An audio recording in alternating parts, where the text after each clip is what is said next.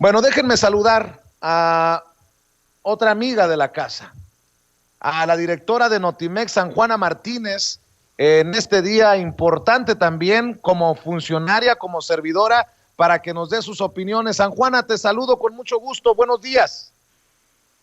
Buenos días, Vicente, ¿cómo estás? Un gusto enorme estar contigo y con tu público consentidor, como dice el colega. Así es, como es dice un gusto Toñito. enorme y sobre todo en este día tan señalado. Oye, antes de entrarle al tema de la lucha contra la violencia, contra las mujeres y este día tan importante para el género, déjame preguntarte tu opinión acerca de Rosario Robles.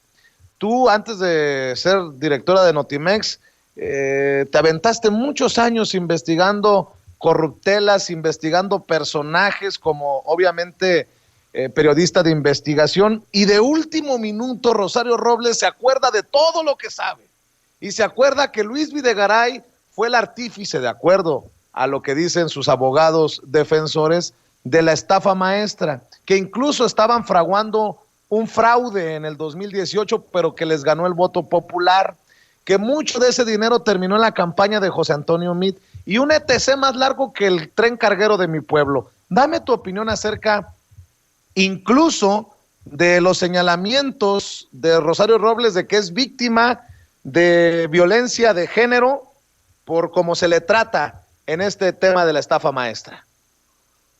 Pues mira, Vicente, yo creo que Rosario Robles representa directamente a la gran traición a la izquierda, ¿no? Fue una mujer que pues se traicionó a sí misma, hay que decirlo, antes que a nadie. Luego traicionó a su grupo político, después a sus colegas, a sus compañeros de partido, finalmente a sus amigos, ¿no? Representa la gran traición de esa izquierda y, por supuesto, quien fraguó de una manera u otra que un proyecto político en ese entonces no llegara al poder, el proyecto político representado por Andrés Manuel López Obrador. Ella efectivamente se pasó de bando, ¿verdad? Y yo la empecé a investigar en mi libro de las amantes del poder. Tengo un capítulo dedicado a ella. Ella se negó a darme una entrevista, pero luego fui con Bejar, era su enemigo, y bueno, me cedió todo el archivo judicial del caso Ahumada, si bien lo recuerdas, ¿no? Recuerda aquella imagen de la esposa de Ahumada y ella visitándolo en la cárcel. Dentro de ese expediente estaba en la litis las cartas de amor, ¿verdad?, que Rosario Robles le envió a Carlos Ahumada. Desde entonces, creo yo que ella fue dando tumbos. Bueno, después tenía el capítulo de las amantes del poder se llama Por de la señora Sargento, ¿no? Rosario Robles y Carlos Ahumada, todo, en este caso también hay toda una trama de corrupción de ambos, de cuando ella fue jefa de gobierno de la Ciudad de México, ¿recuerdas? Entonces, pienso que sinceramente al llegar ella al gobierno de Peña Nieto, pues ya fue como la cereza del pastel, ¿no?, que representaba la gran traición. Y a partir de ahí era Vox Populi, era público y notorio la trama de corrupción que existía detrás de la estafa maestra. Estamos hablando de este caso monumental de corrupción que implica pues 7,000, 10,000, no sabemos ya cuántos millones de pesos se robaron, ¿no? Y a partir de ahí pues se fue estructurando toda la investigación y podemos decir que su presencia en la cárcel fue una presencia exigida por los ciudadanos de a pie, ¿no?, que pretendíamos pues hacer justicia, ¿no?, de una de las grandes impunes de los gobiernos neoliberales, del periodo neoliberal.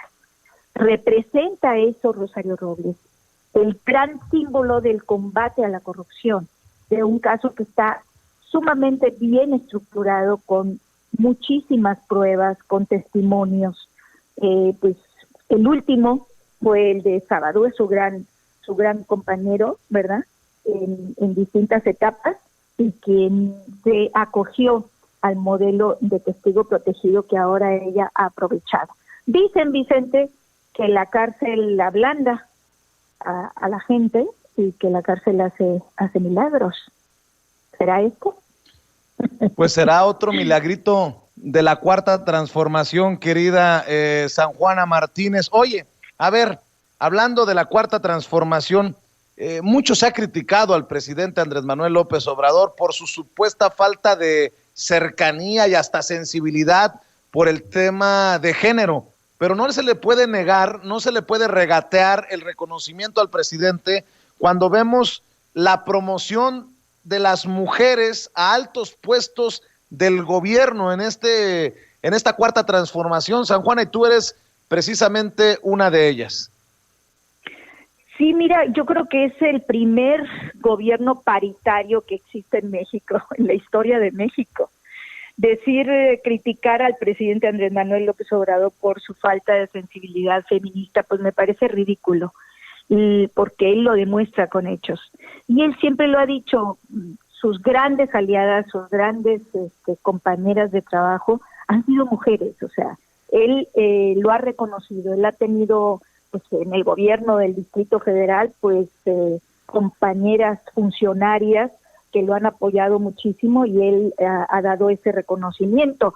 Y en esta cuarta transformación, que yo diría es una cuarta transformación feminista, porque si no, no fuera transformación, desde el primer día quedó claro que la paridad de género y el respeto a las mujeres iba a ser uno de los grandes ejes, y ha sido uno de los grandes ejes del gobierno de Andrés Manuel López Obrador.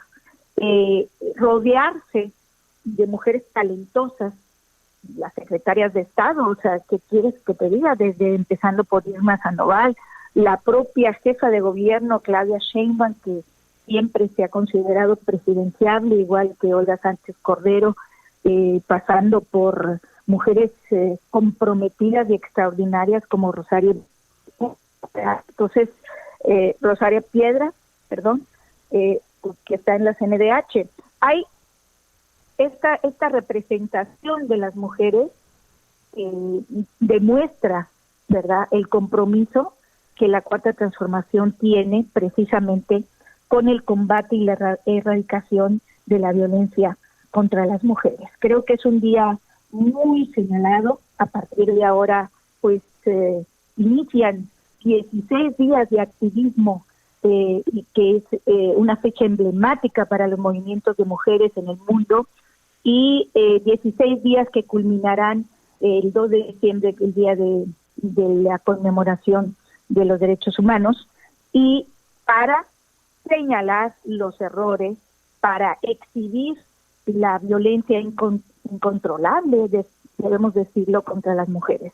Porque la última encuesta del INEGI, Vicente, señala, esta encuesta que hacen de relaciones en los hogares, señala que un 40% de las mujeres ha sufrido violencia doméstica. Y digamos que hay muchos tipos de violencia, la económica, la sexual, ¿verdad? Y solamente, hay que decirlo, una mínima parte solicitó apoyo, porque pienso que está demostrado que la violencia es ejercida por sus parejas, por sus novios, por sus esposos, eso ha quedado claro, pero pues también el presidente lo dice, ¿verdad? No es solamente la violencia contra la mujer, sino también contra los hombres. Entonces, yo creo que su mensaje es bastante claro. Evidentemente hay una crisis en torno a la violencia contra la mujer que no deja de aumentar, pero que se está combatiendo.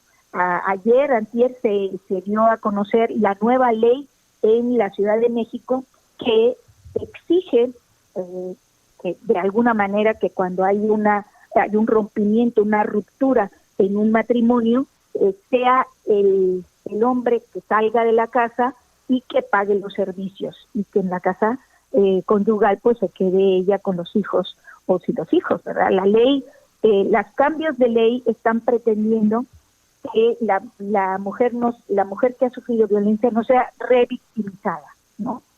Entonces, son avances que el radicalismo del fake feminismo, como le llaman, de un feminismo muy radical, pues no toma en cuenta. Ese feminismo radical yo creo que le hace más daño a la causa, Vicente, que beneficio. La verdad, le ha hecho mucho daño a lo largo de los últimos meses con toda esta exposición de violencia de las ultras, digámoslo así, y que finalmente no busca soluciones, sino que busca simplemente el ataque, la destrucción, la violencia misma utilizada por ellas, ¿no? Entonces debo decir que ese tipo de feminismo radical pues no reconoce lamentablemente los avances que ha habido en la cuarta transformación feminista, Vicente. Déjame preguntarte, San Juana, en este Día Internacional de la Eliminación de las Violencias contra las Mujeres, ¿en qué hemos fallado? Creo que esta debe de ser una reflexión. ¿En qué hemos fallado? No sé si desde el gobierno, desde la sociedad, o todos juntos hemos fallado, porque los feminicidios están a la orden del día. Hay estados como en el Estado de México, en donde los feminicidios son el pan de cada día. Y yo he cuestionado y criticado por qué son más virulentas las manifestaciones, digamos, a las afueras de Palacio Nacional y no en donde está el grave problema, en los estados. ¿En qué hemos fallado desde tu perspectiva, San Juana Martínez? Sí, antes de contestar tu pregunta, déjame decirte que algunos movimientos de este tipo que han sido muy violentos afuera de Palacio Nacional de mujeres, pues se ha demostrado que están malintencionados y que ahí está presente atrás, ¿verdad? Subvencionándolos, pues la derecha o la oposición o los grupos contrarios al gobierno actual. Eso no hay que perderlo de vista. Se ha demostrado que reciben subvención, se ha demostrado que son grupos estructurados, formados, organizados para dañar al gobierno. Eso hay que decirlo. No podemos ponernos una venda en los ojos. Sin embargo, por supuesto que están legítimos que no están subvencionados por fuerzas ajenas, simple y sencillamente para golpear al gobierno. Y contestando a tu pregunta, creo que hemos fallado desde la casa. Es decir, nosotras, las mamás, a la hora de criar a nuestros hijos varones o a nuestras hijas, ¿verdad? No hemos sabido cómo distribuir el trabajo equitativo y el respeto hacia la mujer. Creo que es un problema antropológico que tiene que ver con la forma de las masculinidades mal entendidas. ¿Qué quiere decir esto? Que hay hombres que todavía sostienen en México, y me quiero centrar solamente en nuestro país, que es un país machista por antonomasia, y que las mujeres hemos batallado muchísimo de generación en generación para que se nos respete nuestra individualidad y nuestros derechos. Y en este país machista, pues todavía se considera a la mujer como persona de segunda clase. Cuando, te lo voy a decir claramente, o sea, las mujeres siguen ganando sueldos inferiores a los hombres por realizar las mismas tareas en muy distintos ámbitos, en el ámbito técnico, en el ámbito profesional. Eso te demuestra que no hay una equidad y que no hay un equilibrio todavía. ¿En qué hemos fallado? Pues también en el tema de las leyes. Parece que en México hay muchas leyes, pero luego no se aplican. Condenar a un agresor, por lo menos detenerlo y procesarlo, es tan difícil. Por eso el 78, casi el 80% de las mujeres decide no denunciar los malos tratos y la violencia contra la mujer. Es terrible, pero esa es la realidad. ¿Por qué? Porque saben que van a ser revictimizadas y que no le van a hacer nada a su agresor. Entonces, creo que falta educación, creo que falta la aplicación debida con ministerios públicos y jueces debidamente capacitados para atender los temas de género. Quiero decirte que algunos de estos son verdaderamente desastrosos, ¿no? Son, iba a decir, hombres que no tienen la menor sensibilidad sobre la violencia de género. Te pongo un ejemplo. De las violaciones, y diariamente en México se viola a 3, a 10, a 15 mujeres todavía, de las violaciones solamente un 1% serán denunciadas. ¿Por qué? Porque llevar a un proceso judicial a un violador es sumamente difícil, porque es un acto de comisión oculta, es un delito de comisión oculta. Entonces siempre va a pesar, es como los feminicidas, ¿no? Llevar a un feminicida a la cárcel, pues también es muy complejo, pero solamente un 1% de las mujeres que han sufrido violación serán capaces, pues tendrán la oportunidad de denunciarlo porque temen ser revictimizadas. Cómo andabas vestida, qué ropa usaste, las culpan de la violación y de la agresión. Todavía existe eso. ¿Por qué? Porque no hay una sensibilidad aún generalizada en el Poder Judicial. La Procuración de Justicia sigue siendo una asignatura pendiente para erradicar finalmente la violencia contra las mujeres. Creo que es nuestro deber como mujeres, como hombres comprometidos desde nuestro espacio combatir todas las violencias contra la mujer. Dice. Querida San Juana, si me permites, para cerrar, a pesar de todos estos retos, a pesar incluso de que los números de la pandemia resultan difíciles de digerir, el presidente Andrés Manuel López Obrador recibe las noticias sobre las encuestas. Sube a 64% la aprobación de Andrés Manuel López Obrador, de acuerdo a este estudio de opinión elaborado por la consultora Buendía y Laredo.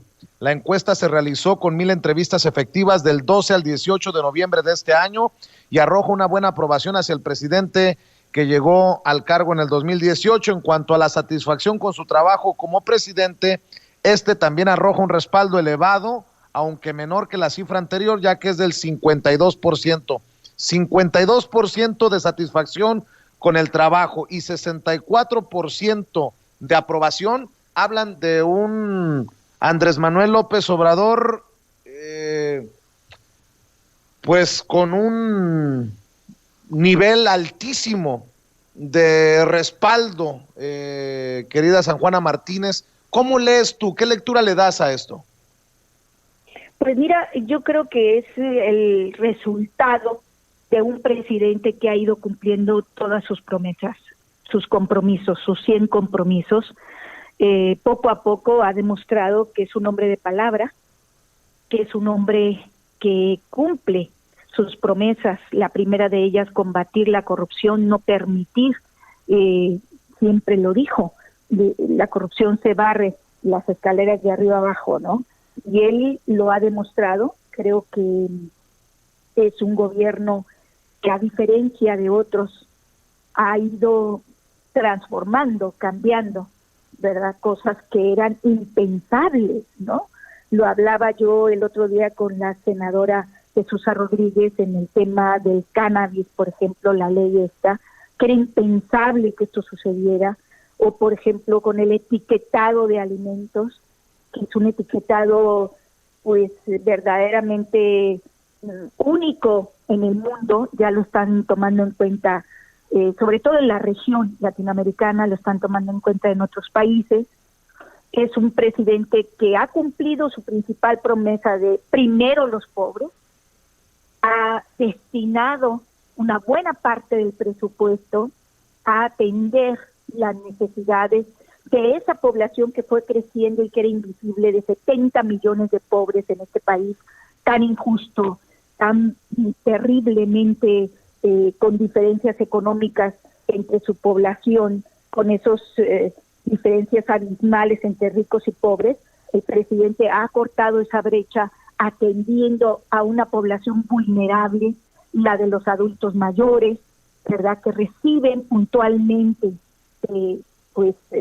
su ayuda porque para que sepan que no están abandonados y que el Estado les interesa, pues sobre todo esa población de los ninis, que malamente se les decía así, ni trabajan ni estudian, los 8 millones de jóvenes que este gobierno ha atendido también puntualmente entregándoles pues su salario de más de 3,000 pesos, más aparte sus posibilidades de romper el ciclo el ciclo social que los condenaba si su abuelo, si su tatarabuelo, si su padre eran albañiles, a hacer ellos también. ¿Cómo? Pues ofreciéndoles las becas de estudio para aprender nuevos oficios e incluso ingresar a la universidad.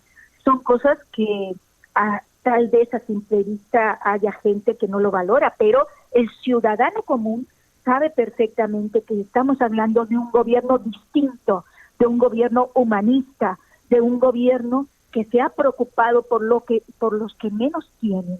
Y esa fue la promesa del presidente y la está cumpliendo. Creo que ha cumplido cabalmente sus 100 compromisos. Si a alguno le falta, serán muy pocos, los mínimos, porque se ha dado a la tarea de cumplirlos. ¿Y qué queda? Bueno, viene un año sumamente complicado, que es el 2021 para las elecciones, y ahí será una gran prueba de ver cómo la oposición está moralmente derrotada. Es una oposición destruida. El Partido Acción Nacional, el Partido Revolucionario Institucional son partidos que viven procesos internos de descomposición que no han podido ser detenidos y que no se reconstruye. Entonces veremos cosas muy interesantes el próximo año, pero por supuesto tenemos que destacar que esta popularidad que le da en una imagen fuerte al presidente nos conviene a todos porque eso nos da la esperanza de seguir transformando, de seguir cambiando este país, Vicente. Y déjame decirte, me sorprende que una mujer sea capaz de llamarte a ti machista. Yo te conozco de años y creo que eres un hombre bastante feminista, que le has dado la voz, que le has dado la oportunidad a mujeres como yo, a muchas mujeres, de expresar su opinión y de debatir, de discutir.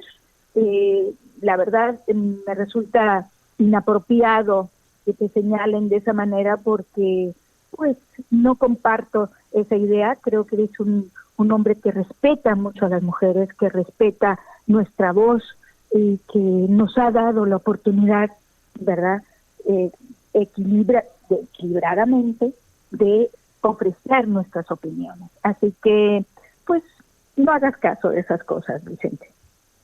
Pues te agradezco mucho por el concepto, San Juana Martínez. Estamos al pendiente también de la lucha que siguen manteniendo por el tema del sindicato y esperemos que pronto regresen a publicar desde Notimex. Por lo pronto te mando un abrazo y te agradezco mucho que nos acompañes en este espacio. Un abrazo, querido Vicente. Gracias por el espacio de libertad, esta bocanada de aire fresco que representa tu programa y, por supuesto, tu audiencia. Un abrazo. Gracias, es San Juana Martínez, directora de Notimex, hablando con nosotros sin censura en este día importante.